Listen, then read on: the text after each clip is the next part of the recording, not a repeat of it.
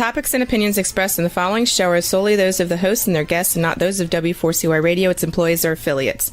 We make no recommendations or endorsements for radio show programs, services, or products mentioned on air or on our web. No liability, explicit or implied, shall be extended to W4CY Radio or its employees or affiliates. Any questions or comments should be directed to those show hosts. Thank you for choosing W4CY Radio.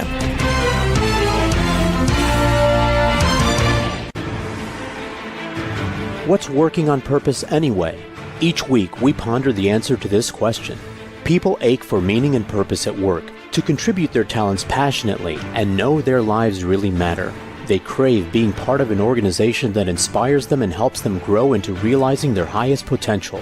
Business can be such a force for good in the world, elevating humanity. In our program, we provide guidance and inspiration to help usher in this world we all want, working on purpose. Now, here's your host, Dr. Elise Cortez.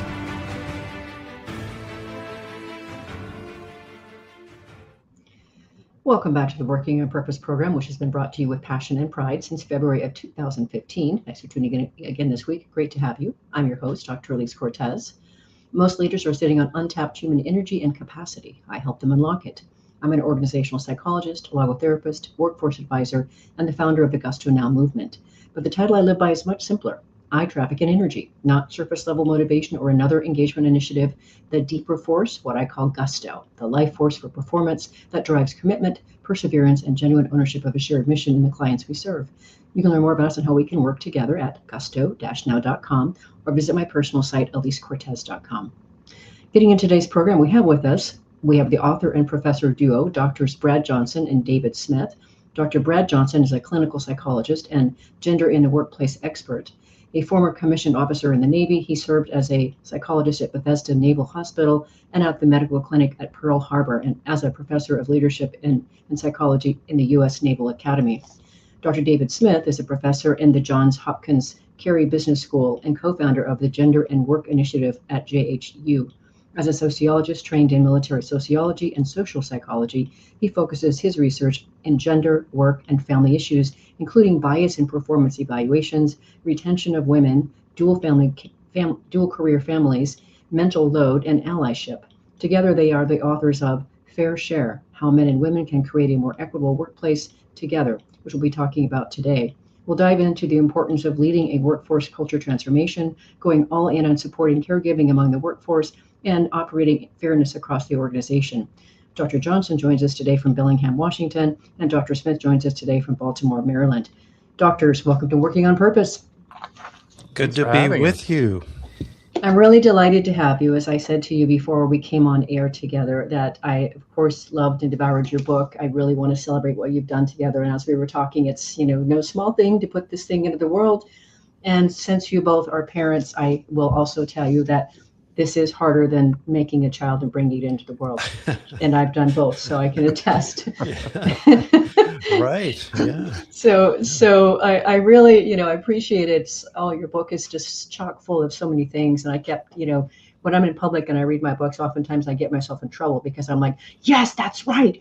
And people around me are like, oh my gosh, she's a crazy one in 4D over here on the airplane, Yeah. So you guys did that to me. So. We've always wanted to be on an airplane next to somebody reading our book. So we missed out on that with you, Dr. Me Cortez. too. I also have that deep secret. Yeah. And then you go up to them and say, hey, is that book any good? And then they say, oh, it's terrible. And you just keep walking, right? Yeah, right. Yeah. Anyway, I appreciated your humor. I want to say a little bit for our listeners and viewers who haven't met you yet, as I have. I really loved how you talk in your book about who the two of you are. And let me just read that for our listeners and viewers, then you can comment on how this came together. But you say in the book, we are two tall, straight, cisgender, white men in our sixth decade. In other words, we practically ooze identity-based advantage. We are college professors and former naval officers. We are partners and parents. And for the past decade, we have been deeply engaged in gender inclusion and equity at work. If that doesn't make you accessible, I don't know what does. We just want to put it out there, right? We're not the typical suspects, I suppose, when it comes to talking about gender fairness. Yeah, I think one of the things that we hear from audiences all the time when they see us is like, so this is not what we expected. And why are you two guys up here talking to us about this? And I think it's a great, fair question from both men and women, and for maybe a little bit different reasons. But there's often a little bit of curiosity and question, being skeptical about who we are and what we do and why we do that. And I think that's fair for anyone out there today. And Brad and I always like to start off, and we've done this before with some of our other books as well, that you need to start off with your why. Why is this important to you? What got you started in doing this work? And I think that's really helpful in everybody in understanding your motivation to do this. And for Brad and I, for both of us, we have kind of a common connection in this work. And part of it is our research and understanding the fact that, we both have worked in areas where we've seen gender disparities play out in the workplace in a variety of different ways. And in our research, it connects into that and really kind of understanding what are the mechanisms and how are we holding back people from achieving their best and thriving in the workplace, and really helping our workplaces and our professions to really do the jobs that we've been trained to do. And then for both of us, we both have connections, I think, from a personal side as well. And so from a family side, for me, it was my wife. We had parallel careers in the military, and really seeing the very different ways that we experience the military in both interpersonal relationships, but also around kind of our careers, and thinking about how do we combine careers and family. And my wife got a lot of different guidance than I did. I'll just say that. And when I looked for mentorship and sponsorship and people to work with me and to help advance me in my career, I didn't have to look very far. For my wife, it was often, what are you still doing here? Why are you still in uniform today and taking another man's job? So again, very different experiences for all of us out there. And I think that's part of the motivation for why we continue to do this work today. That's such a powerful perspective. And I will say, I've had other people on the podcast that definitely don't look like you in any sort of direction. And your voice really contributes, right? There's another, and we're going to get into this, right? What's in this for men as well as women? There's just so much to this. So, and I can't help but also echo, you talk about early on in the book, the workplace is broken and is calling for a gender fair workplace.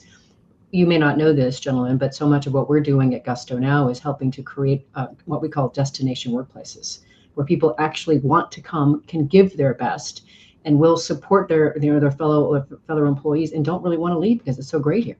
That's how what we're doing to help organizations. So, totally, you've added a whole other perspective to what does a destination workplace look like. Yeah.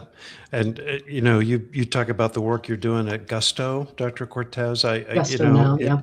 It highlights the maybe failure of imagination on the part of a lot of CEOs who aren't able to look ahead and imagine what is it going to look like for us in terms of success, in terms of competition, if we're not only pulling in talented women, but also retaining them, right, at a level equivalent to men.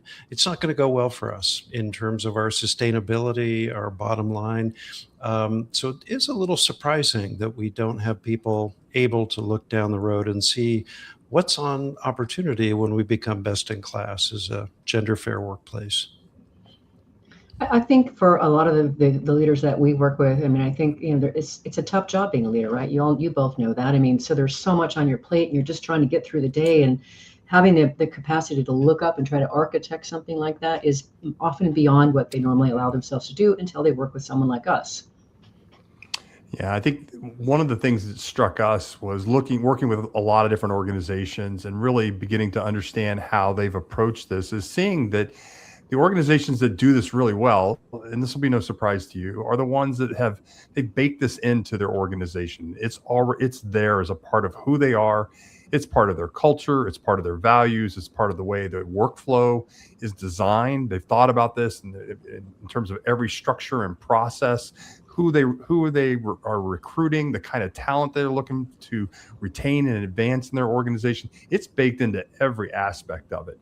And those are the organizations where those leaders don't have to worry about it, because they've already made sure that it's a part of the organization, the structure of what we do every day, that identity, that culture of who we are, and the product and service or the clients that they serve out there. So they don't have to worry about it as much. And it's not a lot of work like it is for some of those companies where it's not baked in. Mm-hmm. Well, I want to paint this for our listeners and viewers who haven't been steeped in this like we have. When we say that the workplace is broken, and of course you do talk about that there is this increasing awareness of how archaic norms, and that's the right language from my vantage point, archaic norms, attitudes, and workplace customs around women and men have outlived their relevance and usefulness. Can we just quickly paint, why this isn't working for women and why we're starting to learn how it's also not working for men? Yeah. Yeah, well, I'll begin. So, I think we're all aware that this has not been working for women forever, really since the dawn of the modern workplace, created by men for men to do men's work, largely by men who had stay-at-home wives, right? And didn't have any expectation that they were going to be involved meaningfully in caregiving or real partnership in the home. That just wasn't the template. Then women entered the workforce in significant numbers back in the last century. The workplace didn't change. And so women have been forever trying to pretzel themselves into this traditional workplace that expects all of us to be on 24/7, always available, prioritizing work above all else. And it's clearly is not sustainable. And the way you know that, look at women exiting the workforce in droves just this year, right? I think the most recent jobs report showed that really the exodus from the workforce almost exclusively accounted for by women most recently. And that's been a trend for a long time. So we might bring women on board. We're not retaining them. It's not working, largely because we don't support caregivers. We don't support employees who have any caregiving obligation outside the workplace. And this is for women and men. I think what's changed is we have a generation of men who are now saying, this is not working for me either. If my workplace is not going to allow me to show up and be the kind of partner I want to be at home and the kind of parent I want to be, I'm going to vote with my feet, right? I'm going to leave. So you see a lot of junior men leaving now. They're looking for a different kind of workplace. They're not looking for the workplace of their grandfather. They don't want to sacrifice relationships at home on the altar of their career. So I think what's changing is profound dissatisfaction on the part of a lot of men as well.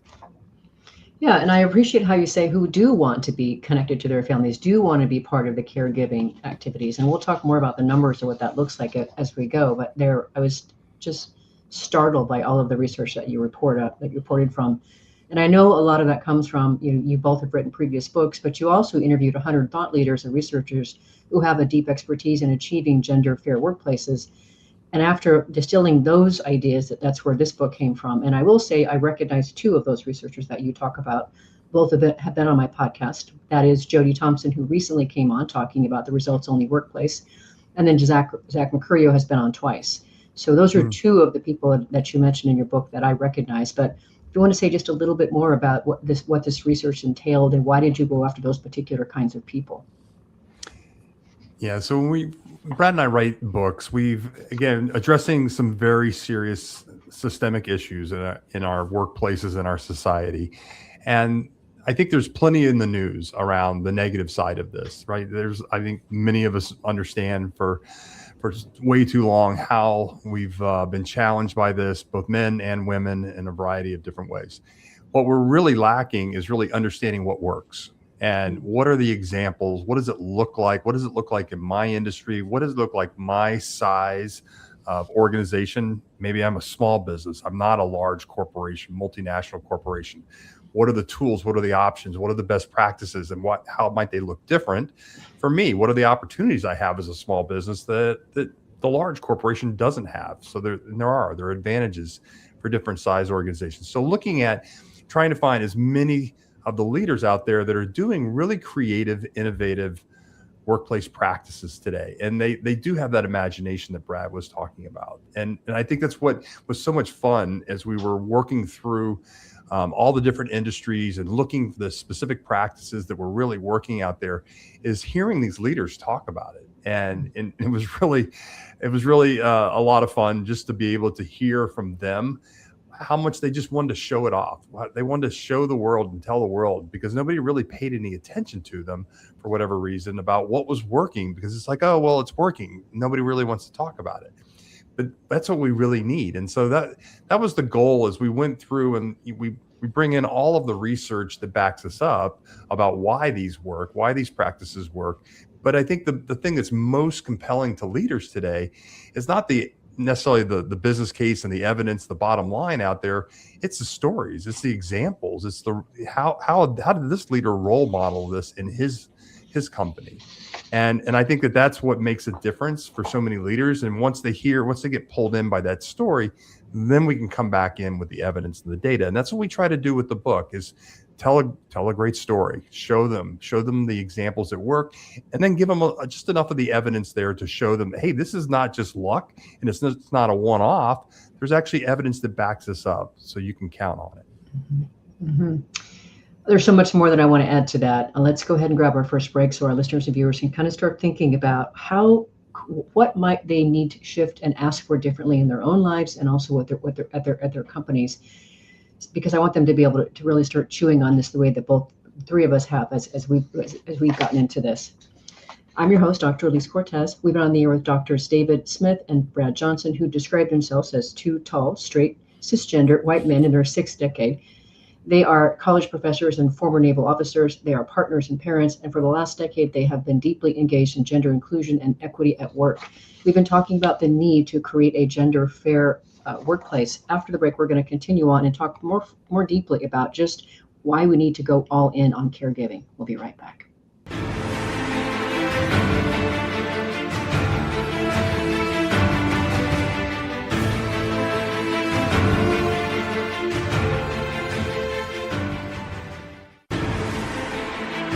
Dr. Elise Cortez is a management consultant specializing in meaning and purpose, an inspirational speaker and author. She helps companies visioneer for greater purpose among stakeholders and develop purpose-inspired leadership and meaning-infused cultures that elevate fulfillment, performance, and commitment within the workforce. To learn more or to invite Elise to speak to your organization, please visit her at alyscortez.com. Let's talk about how to get your employees working on purpose.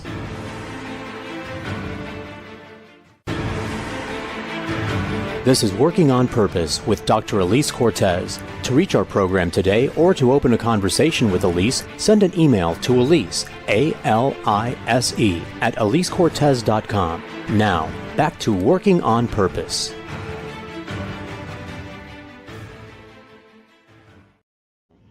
Thanks for staying with us and welcome back to Working on Purpose. I'm your host, Dr. Elise Cortez, as I too am dedicated to helping create a world where organizations thrive because their people thrive. They're led by inspirational leaders that help them find and contribute their greatness, and we do business that betters the world. I keep researching and writing my own books. So one of my latest came out. It's called The Great Revitalization: How Activating Meaning and Purpose Can Radically Enliven Your Business. And I wrote it to help leaders understand just some of the things we're talking about here today. Today's discerning workforce, what do they want and need from you to be able to give their best and stick around? So then I provide you 22 best practices to equip you to do that in your culture and your operations. You can find my books on Amazon or my site, alyscortez.com.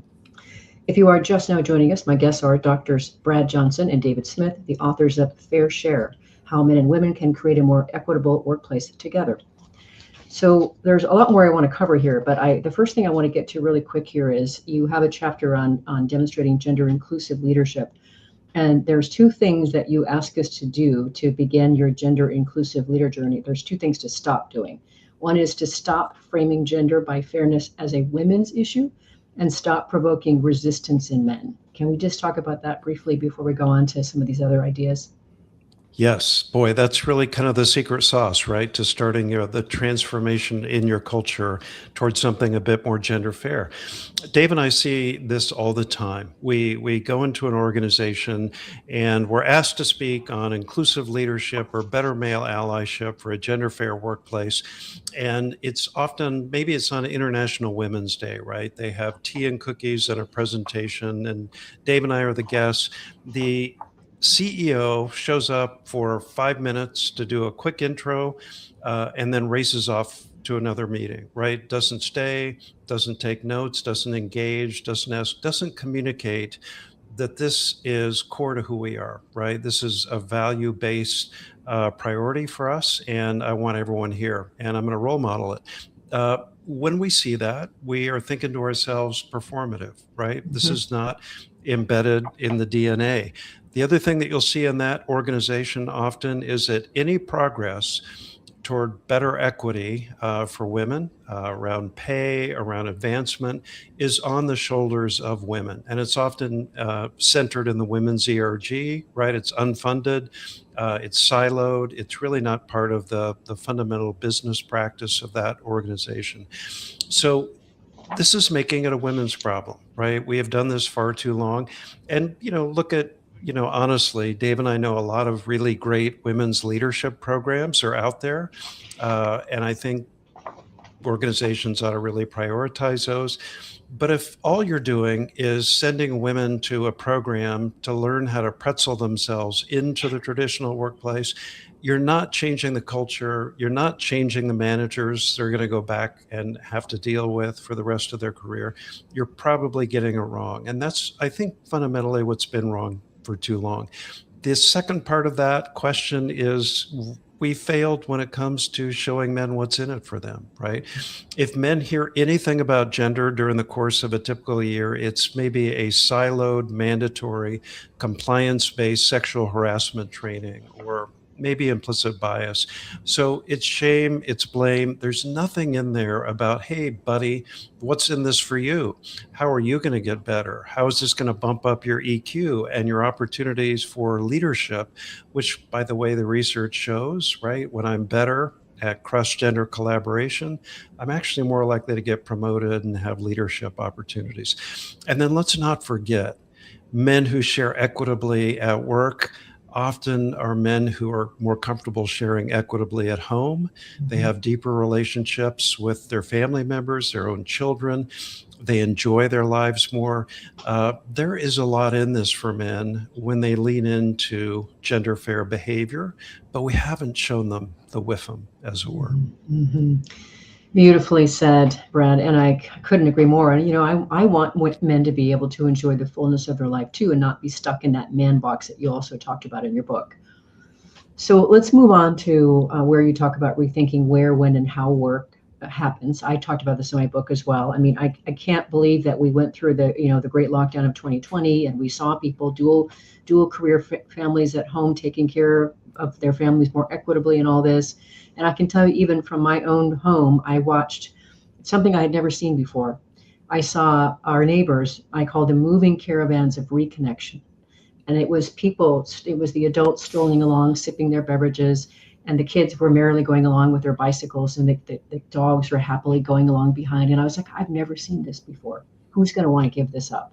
And then you go on and talk about on the heels of that. And now here we are. We have all these organizations that are calling for these rigid and forced return to office ultimatums, which are a leap backward to the traditional workplace.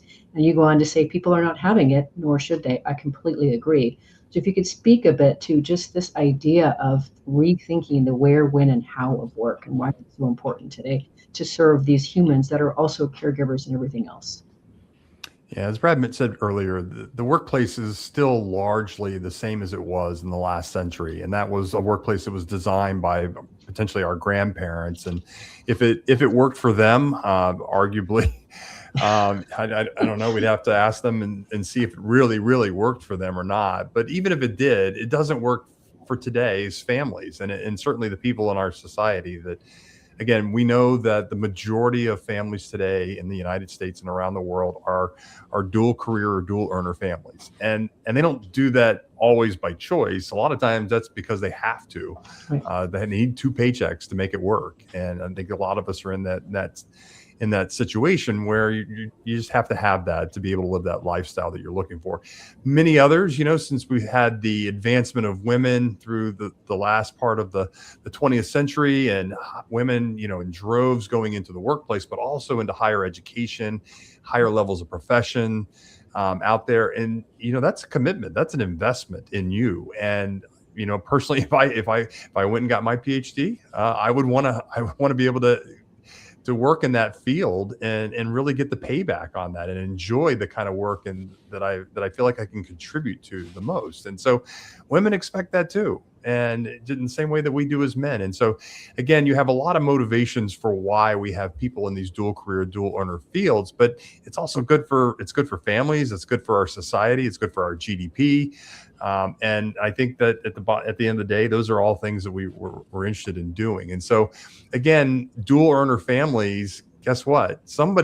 If we're both working, and we do have, if there's children involved somewhere along the way, or caregiving of some kind. And as we mentioned, I think earlier, that up to 73%, again, depending on the research you're looking at, of us identify as caregivers at any one moment in time in our workplace. And that really ought to catch somebody's eye and ear when in senior leadership today. And so if we have caregiving responsibilities, we need the pay, we have two careers, something's got to change in the way that we do work. And the other thing is that a lot of the workplaces today are still structured in a way that, if Henry Ford were around, he'd look at us at our workplaces and he'd go, yeah, I get this. Yeah. Because it was designed after what he did, what he created. Yeah. And guess what? The world has moved on. Business has moved on. Production, society, it's all moved on. And yet the workplace really hasn't moved all that quickly or shifted and changed that much. And so this is what we're getting at. We know in a whole slew of research with people like Jody Thompson and many others out there doing this work, that there are ways to restructure work so that it's good for your business, but two, it's good for your employees too. It makes us more efficient, more effective. It allows us to have full lives in terms of, back to that connection you were talking about that we all kind of felt a little bit during lockdown, of being connected to family, being connected to friends and our community out there that everybody wants to be a part of. It's kind of hard to do that if you're working 24/7. And that's kind of the expectation. And today it's even harder because we just can't, even when we physically leave the workplace, we're still connected. And the expectation that we're available 24/7 all the time by our manager, our supervisor, our boss out there really makes it challenging. And so, again, we need to think about how we work, when we work, the workflow process, just looking at the basics of that. And we have so much, again, there's a lot of hope out there today that AI is going to be one of those technologies that's really going to begin to shift that. We'll see. That the jury remains out on that one, but there's an opportunity that could be it, in the same way that we saw that maybe the internet shifts and change how we work, where we work, when we work. So technology has a piece in this. The question is, will employers and will those of us who are doing the research around this really implement practices that are designed to be good for business and be good for people that have families? There's so much more I could dig into there that I thought was really interesting about your book, but listeners and viewers are just going to have to read the book for yourself, as I did. But let me go on to this next bit here that I think is really interesting. And I did have a woman on my podcast earlier, and her organization is called Mother Cover. So she does deal with the paid caregiving leave issue, but she did a bit about covering the role while you're gone as well. So I want to talk a little bit about this idea here of advocating for and fully utilizing paid caregiving leave. If we can just kind of broach that for a bit. Yeah, boy, this is a central issue. And if we're talking about paid leave, we're one of those few large democratic countries that does not consistently support those of us who want to take caregiving leave. And it's often not paid. If we have it, it really depends on the state that you live in terms of whether it's paid or not and how generous that benefit may be. And really, we sort of are a country that relies on the private sector to fill the void there. And that's very spotty. It's inconsistent. And the history of that is that if anyone gets access to paid leave, it's often women. It's often framed as maternity leave. The length of that leave may vary widely, but she's viewed as the primary caregiver. That's the default, right? Mm-hmm. And if men have access, which is not a guarantee in a lot of companies and a lot of states, they often, even if it's available, maybe he gets 2 weeks, maybe he gets 6 weeks if he's really lucky. He's probably going to face stigma and headwinds when he tries to take that, right? So the execution in many organizations means that a lot of men are not going to use their paid leave, and even when it's available, his manager may come to him and say, "Dude, come on, you've got a wife at home. What are you going to be doing? Cleaning your garage? Come on, So he's going to get that feedback. He's not going to take his full leave. We're not going to reap the benefit of that. So right now, leave tends to be framed as a women's issue. It's a maternity issue. Until we shift that, until we degender our thinking about who caregivers are, make paid leave available for everyone, until senior male leaders start taking their full paid leave and role modeling this, until managers are trained to encourage both men and women to utilize their full paid leave available, then this is going to be a stigmatized women's program. The minute women take it, they're going to begin falling behind because men aren't taking it and they're moving ahead. They're getting promotions, they're getting pay bumps, and she's never going to catch up.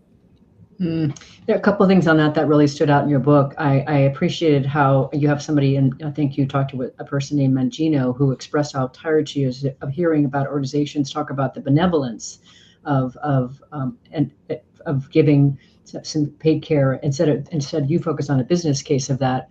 And then the other thing that I thought was really interesting is that, right out of the gate, if couples are starting out is approaching the idea of a partnership with equity, and then she gets the 16 or 12 weeks of paid time off and he gets the 2, right out of the gate, they're being shaped by the system not to be equitable. I wanted to echo those 2 points. They were really powerful. Yeah, and we heard that story many times over, that story of couples who wanted to be very equal in terms of how they approached their marriage or partnership, and had plans even, when children came into the picture, that it would be the same thing from a care perspective. They would split things equally along the way. But they said, again, when everything worked out pretty well, right up to the point where kids were born, and then the minute kids come into the picture, it's like the workplace is not structured from a care perspective to allow men to be doing that, and it makes it very easy for women too, right? And so you very quickly, they look back after 10, 15 years and they're like, how did we get here? And it's just that path of least resistance. And that's the structure, right? That's the structure of work and the practices and the policies that we have that are pushing people in that direction. Which is what the 3 of us stand to help change. Let's just do it faster, shall we? Let's grab our last break. I'm your host, Dr. Elise Cortez. We're on the air with Drs. David Smith and Brad Johnson, who have spent the past decade deeply engaged in gender inclusion and equity at work. We've been talking about the importance of stewarding and baking in caregiving capability in the workplace. In this last segment, we're going to talk about operationalizing fairness across the operation. We'll be right back.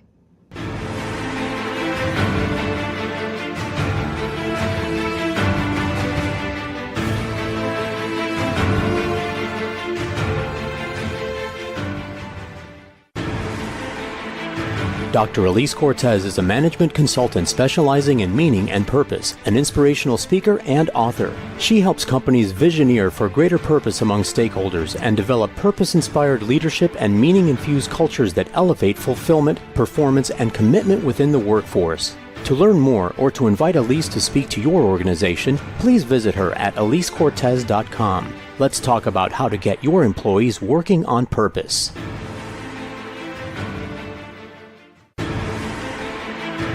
This is Working on Purpose with Dr. Elise Cortez. To reach our program today or to open a conversation with Elise, send an email to Elise, A-L-I-S-E, at alyscortez.com. Now, back to Working on Purpose.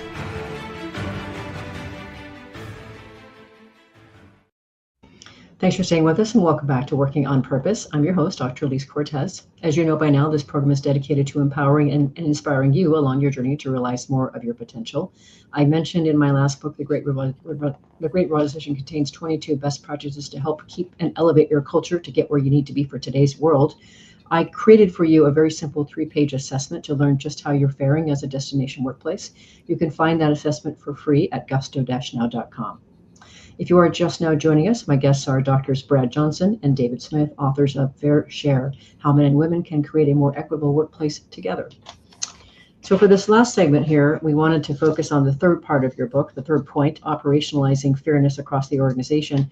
And I want to start by reading some really sobering stats here, just and get you to sort of give us a further take on that. So you say in your book, on our current trajectory, we will not witness global gender equality until sometime well into the 22nd century, according to a 2024 United Nations report. Despite widespread UN support to close the gender disparity gap by 2030, the World Economic Forum corroborates UN estimates and projects that it will take 134 years to reach full parity, approximately 5 generations beyond the 2030 target. And roughly 40% of countries representing more than 1 billion women and girls, progress toward gender equality has stalled out or worse, declined in recent years. That is incredibly depressing. It is very depressing, and I'm going to make it more depressing.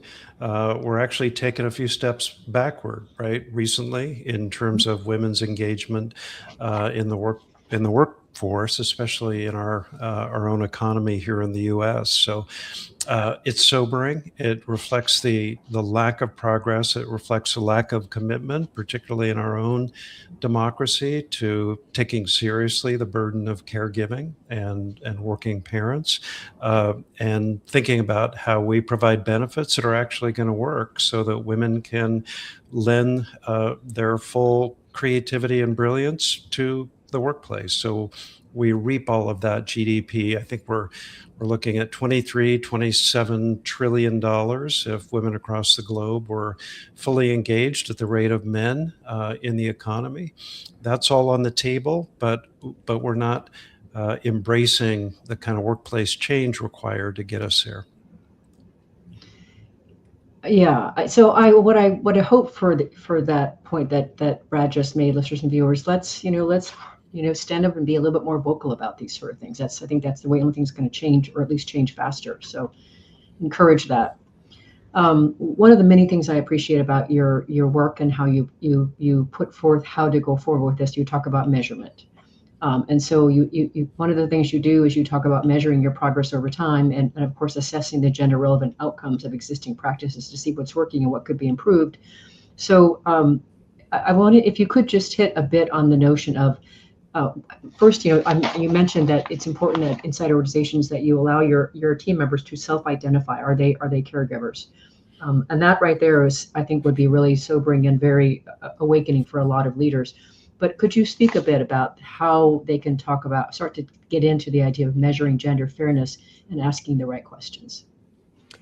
Yeah, and this is a really challenging issue, especially in the United States, with the idea of caregivers and the caregiving identity of being able to ask about it, and whether that's or talk about it in a variety of different ways. And that can be everything from recruiting and hiring, and the challenge, right, of understanding somebody's situation as they're coming into your organization, to retention and advancement of people in your organization as well. And so there's definitely hesitancy amongst employers and managers to ask those kind of questions, or to even have those kinds of conversations, because they're just concerned that they're going to get sued. There's going to be litigation involved in some way, and so they don't ask, they don't know, and in many ways they miss opportunities to really begin to get insights into the caregiving population that they have, men and women, across their organization.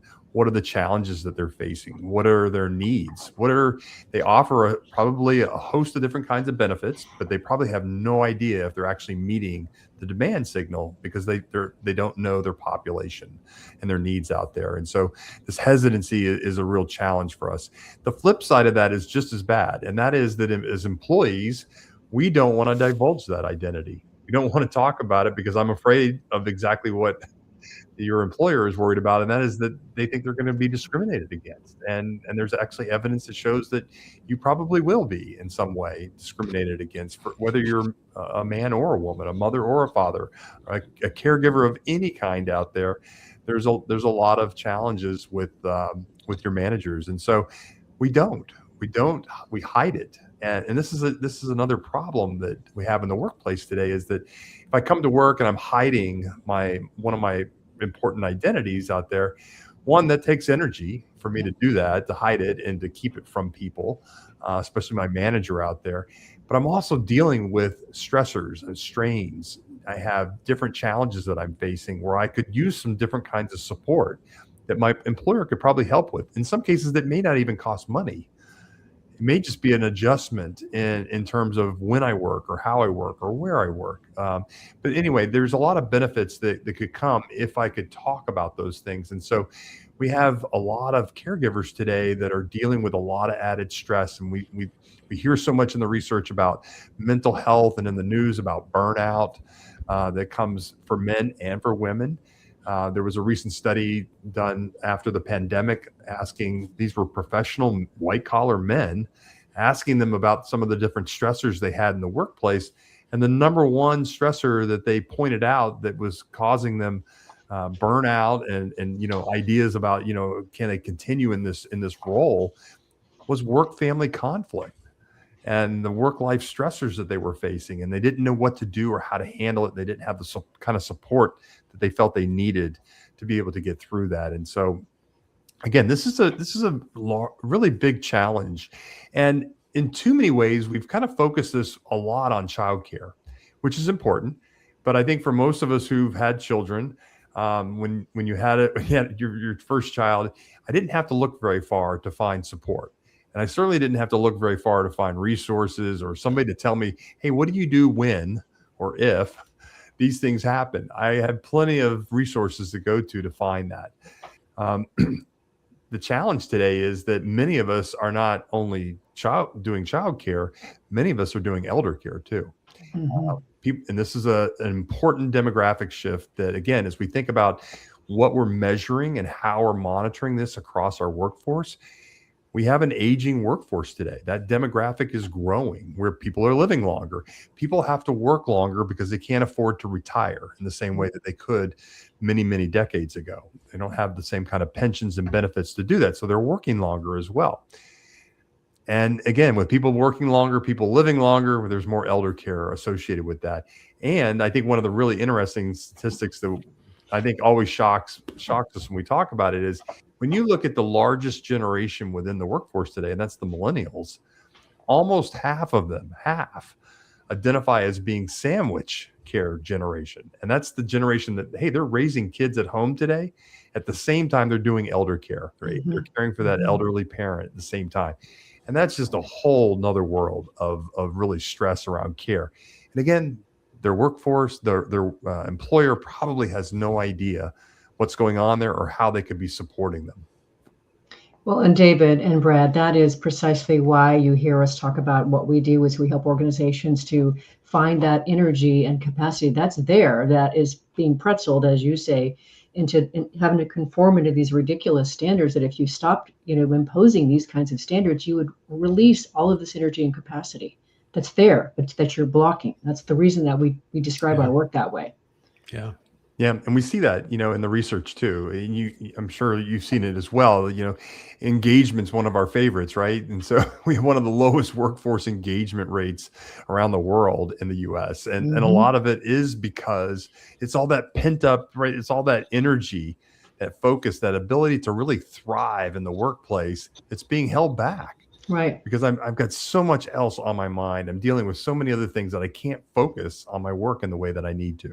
Yeah, you make it impossible for me to give my best. Yeah. I mean, you're just getting a portion of what I could actually deliver. And that's what we're out to liberate. So totally missing. And one really important part of this is we're getting close to our time together here that I have to make sure we talk about, because we also address this in our work, is you talk about how gender fair workplaces blossom only when we bring managers along with us. So we have to train managers to know how to have conversations about these things, about caregiving, about supporting the full human that we depend on to deliver the work. So if you could speak a bit about just the importance of preparing managers for gender inclusive leadership. Yes.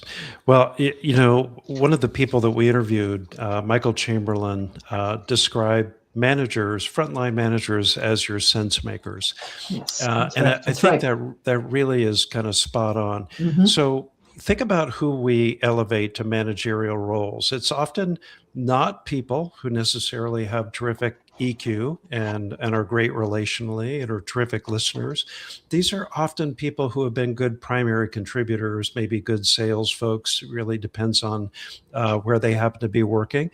But we often elevate people on the basis of technical skill, Right. not human skill.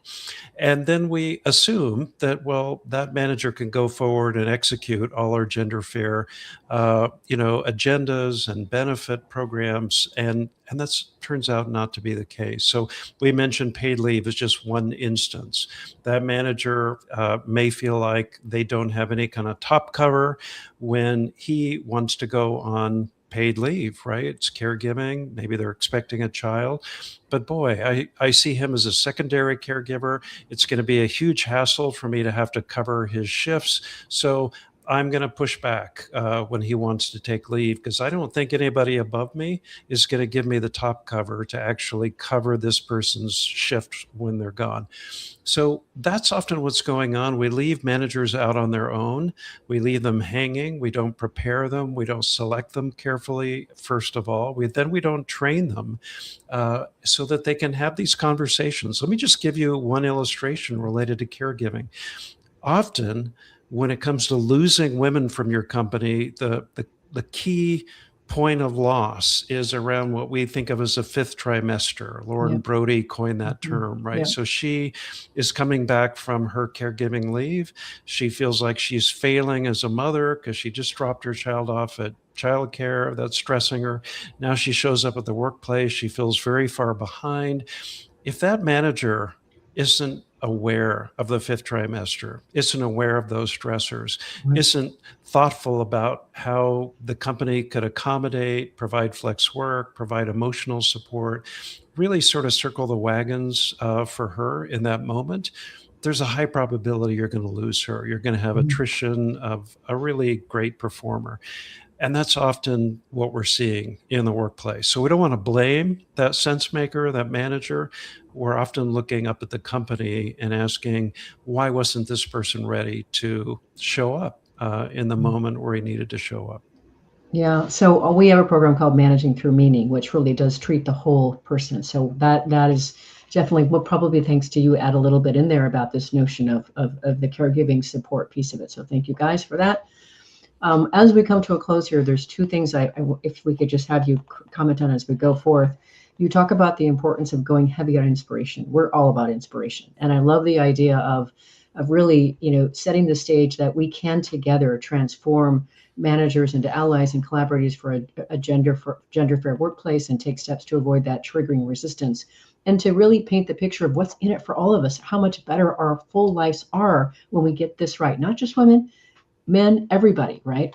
And so you have a couple of strong calls to action here, but I want to just read one of them here that I think is really important, and then let you comment and we'll close out. You say, we call on you, leaders, no matter your level, no matter your gender, to once more step into the breach and lead with the courage this moment demands. Change doesn't always begin with sweeping gestures. It starts with daily choices at work and at home. Claim responsibility as your own and inspire others to walk with you. When you do, you create organizations where growth and leadership are open to all, where people have the time and space for their lives, where they can bring their whole selves to work, and where fairness is not an aspiration, but a standard. Hear, hear, gentlemen, hear, hear. Yeah, so important that we as leaders, we share our stories. Share your personal narrative about why this is important. Be open to understanding others' experiences, because again, too often we're shielded and protected from that information that we really need out there.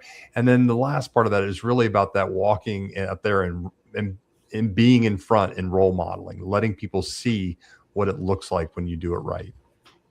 Yeah, I'm going to echo that, Dr. Cortez. And just often this mantra, if you happen to be a leader, especially if you happen to be a male leader, which we often see in organizations, please lead loudly. And what I mean by that is, don't hide the fact that you have caregiving responsibilities too. Most of us do.